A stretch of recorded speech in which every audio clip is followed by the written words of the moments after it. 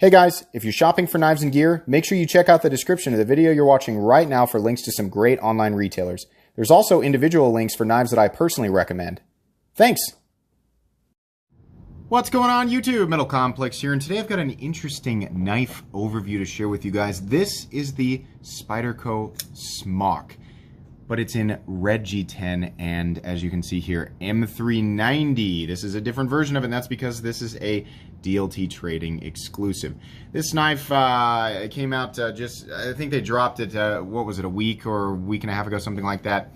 It is not, at the moment, currently available, but I don't know this for a fact, but I feel like DLT will probably do it again, considering they sold everything that they had in, I think, about 2 hours, maybe a little bit less. So, let me start this off by saying there will be links for DLT Trading right down in the description, and if you missed out on this and you've missed out on other exclusives that they've dropped, use that link and sign up for their mailing notification system.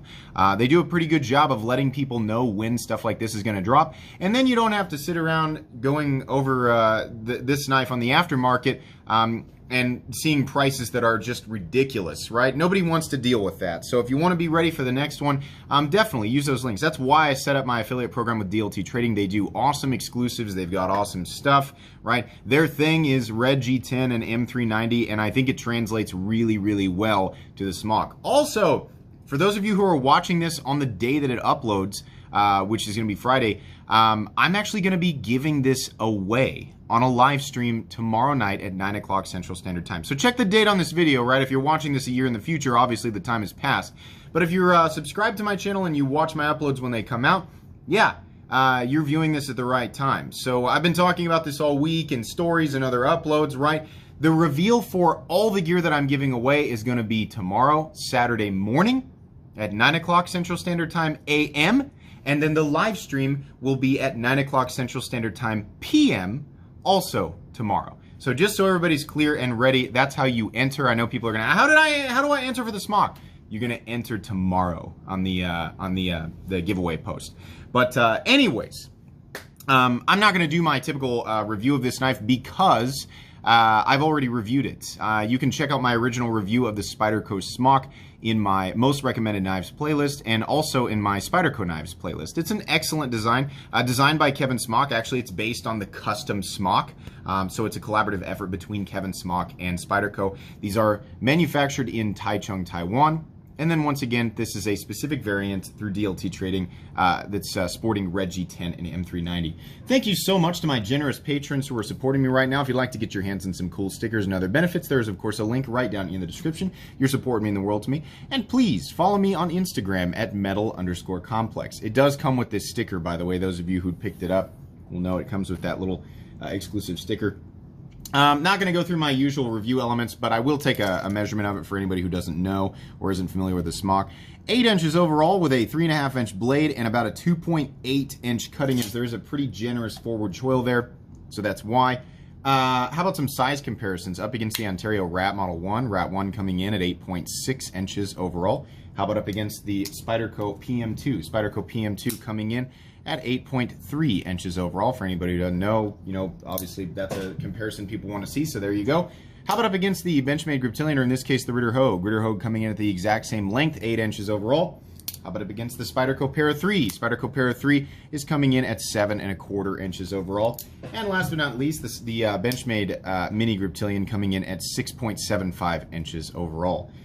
This is exactly the same as the standard Smock, except instead of peel ply textured G10 and carbon fiber laminate, we have red G10. Honestly, this is much preferable. I don't like laminate carbon fiber with G10, and honestly what it is it's mostly G10. On the standard version, it's mostly G10 with a thin layer of carbon fiber. I don't like that stuff. Make it G10 or make it carbon fiber. I'm perfectly happy with this, and I also really like red G10, and I think it looks really good in contrast with satin and things like that. So this is a really, really nice setup. And then, of course, the standard blade steel in the Smock is S30V, which is fine, but I'll take M390 over S30V when I can get it.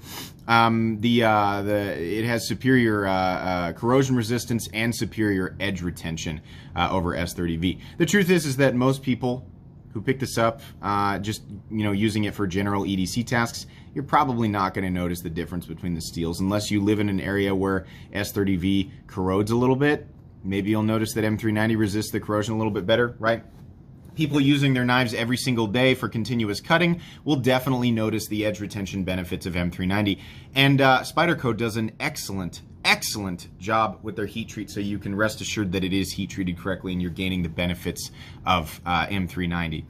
Those are the main differences here. And for anybody who doesn't know, this is it looks like a button lock. It's actually a button operated compression lock. You can see there, it functions very similarly to the standard compression lock, which you can see right here, right? It's on the back, except that bar is pushed in with this little button, and that gives this knife some excellent fidget factor, which is a huge deal right now. Companies and designers have figured out that we like to sit around and flip these and play with them, and we like to manipulate them in interesting ways, and this knife is just a perfect representation of why that works, right? Everybody, a lot of people like the Smock. People are really into button locks right now. People are really into flippers right now. This knife runs on bearings, so it's nice and smooth. The other cool thing is that you actually, despite it having a much thinner, much more narrow profile than something like the Spyderco PM2, which has an enormous amount of room to access that opening hole there, you actually can engage that hole pretty easily. It's not really an issue. Even when the reverse flick, you can do it. A little bit sharp because of the satin finish. Those are my fingernail shavings you're seeing flying all over the place. But that's cool that you can access it. So you can still do all of the fun, if you want to do the Spidey drop, you can still do it. But you also have the hole, which I think works. Can you get it to? Yeah, you totally can. You can get it to drop out like that. It's easier to just use the flipper tab or just wheel it open with the thumb hole. This is an awesome, super fidgety knife. Very easy to manipulate. I just really like it. Screws, I'm not going to do the hardware check. We've got a T8 pivot, T6 body screws. It would have been better if they had T8 body screws. No big deal. Pocket clip is something I said in the other review. Would have been nice if they just were like, let's not put a lanyard hole on this, but Spyderco loves their lanyard holes, for those 7 or 8 people out there still using the lanyard holes. I'm joking, but seriously, I wish they would have prioritized the clip or the lanyard hole. That can be remedied by picking up something like this, the MXG deep carry clip. This one's made specifically for a Spyderco Para 3, but where is the other? I don't know where the other one is, but yeah, that clip will definitely work on this guy, I believe the one that's made for the PM2, and it'll carry a little bit deeper, and it just sort of bypasses the lanyard hole there, so that'll work. It is a little extra bit of money. If you don't want to do that, or you want to spend the extra money, because this is not a cheap knife, the standard clip is fine. It carries a little bit shallow, but the clip is okay, right? It's going to work. The knife does carry easily, and it's really not that big of a deal. That's just me being a nitpicky reviewer. I really like the low-profile nature of the flipper tab on this guy. It doesn't poke out the side, it pokes out the top. And after, I'd say, 5 to 10 flips, you're going to have this thing down. It flips really well. The D10 is great. Click into place. And it locks up solid. It's not a traditional cylindrical button lock that's engaging the tang. It is, once again, it's this reverse liner lock, or sort of hybridized compression lock and button lock type thing. And so you do get really, really, really solid lockup, and that's awesome. It's solid in the open and closed position.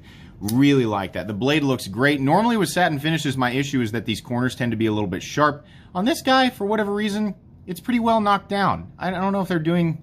You can see that little line right there. Maybe they're knocking that down a little bit. So it looks really good. The Smock is ridiculously thin behind the edge thanks to a pretty aggressive hollow grind. And so the qualities of M390, specifically in edge retention, are exemplified in this blade profile. It's also great being a reverse Tanto. That's what I'm going to call it. Some people say, oh, it's Sheepsfoot. No, it's Wharncliffe.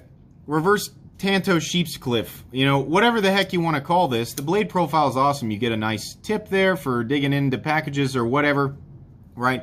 You can kind of do some draw cuts with it. It's actually got some belly, so it's good at slicing. And you can choke up on it, which is great considering the standard position for your index finger is way back here, over an inch away. So it's nice to be able to come up here or come up here, right, and comfortably fit into that position. Honestly, the ergonomics on this guy are really, really good. I can't remember what I said in the original Smock video about the ergonomics. I'm going to guess I had positive things to say because the truth is right now, I really enjoy it.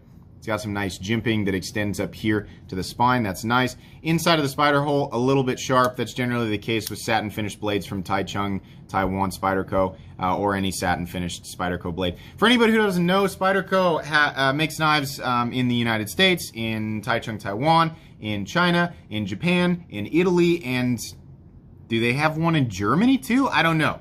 It's easy to think that, you know, like what I always thought was, well, clearly, or obviously, the best ones are made in the United States.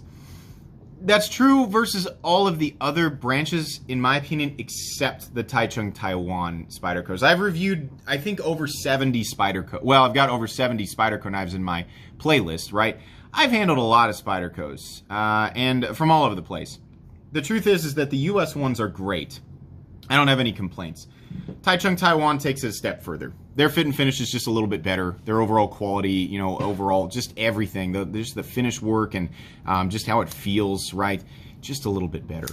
I think their bearings feel great. I don't have a problem with that. They're just really, really good. Initially, you know, well, actually, traditionally, I don't like holes in my knives in the handle, right? But this actually looks good, and I think it's a distinguishing factor for this knife, and it just sort of adds to the character, right? I don't have a problem with it. All the edges are nicely knocked down, right? We've got stainless steel liners, and you could say there's weight reduction milling because of those 3 holes. It's probably pretty negligible. Let's weigh it. I know I don't need to because I did it in the other review, but let's go ahead and do it just for anybody who's wondering.